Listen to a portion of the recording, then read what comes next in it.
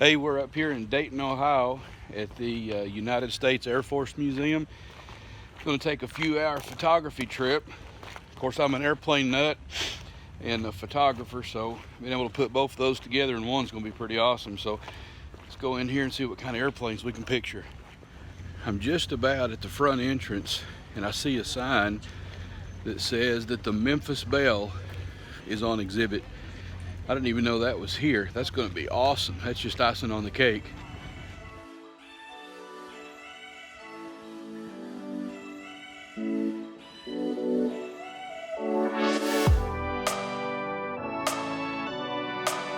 So we are standing inside a massive cargo plane, the Hanoi Taxi.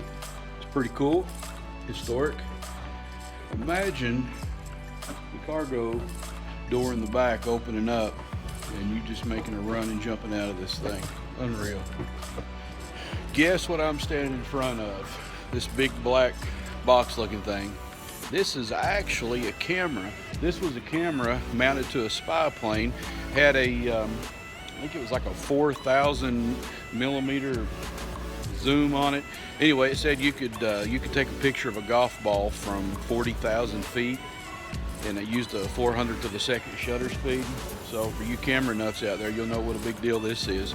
Can't buy this from B&H Photo.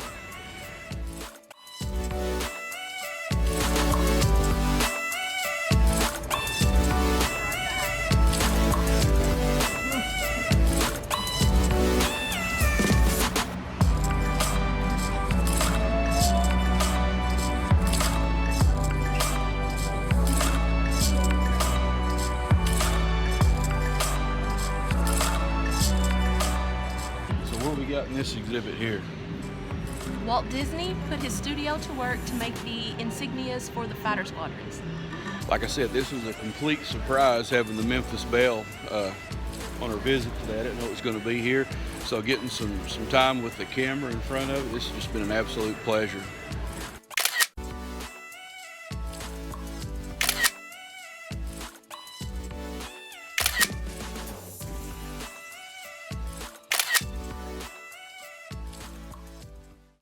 All right, we survived another, what is this, our third or fourth trip here? Fourth. We survived a fourth trip to the Dayton Air Museum. According to the watch, we walked about 3.5 miles and there was one hangar. We didn't even go all the way through. So this, yeah, it really is a big museum. If you ever get a chance to be in the area, come visit if you're an airplane nut. It's a really, really good museum. So let's get back to building a teardrop. Okay, I marked the location where I'm going to put the T-handle on each side, and I just made a little template to kind of like a drill template, and I'm going to use this little punch to make pilot holes for my drill.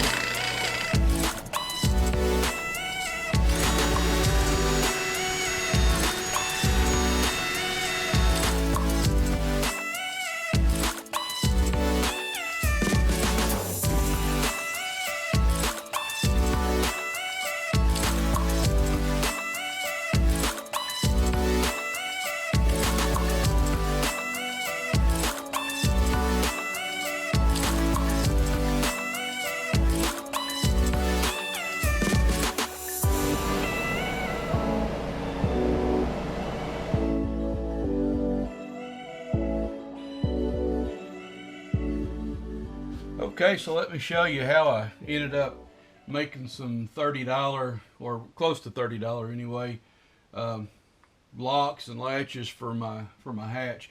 Basically, I just bought some T-handles. I bought 2 of them in a set, so they came keyed alike. That way I don't have to have 2 different keys. And they already had this little arm that came with them. I basically just went to Lowe's and I bought some 1/4-inch steel rod. Bought one piece about 3 foot long. It was just a few bucks, and I cut it to length and I bent it into an L shape in my vise, and drilled a couple little holes in it and put some cotter pins through there just to hold some washers on either side of this arm. And I made just a little plywood block and glued it on here to make a stop so that it can't open too much and the rod fall out of the hole. But basically that's all it is. The rod just plunges into a hole that I've put here in my galley sidewall. That's just a stainless steel fender washer, and they used a couple stainless steel screws to fasten it with. So yeah, that ought to hold pretty well. Happy with that.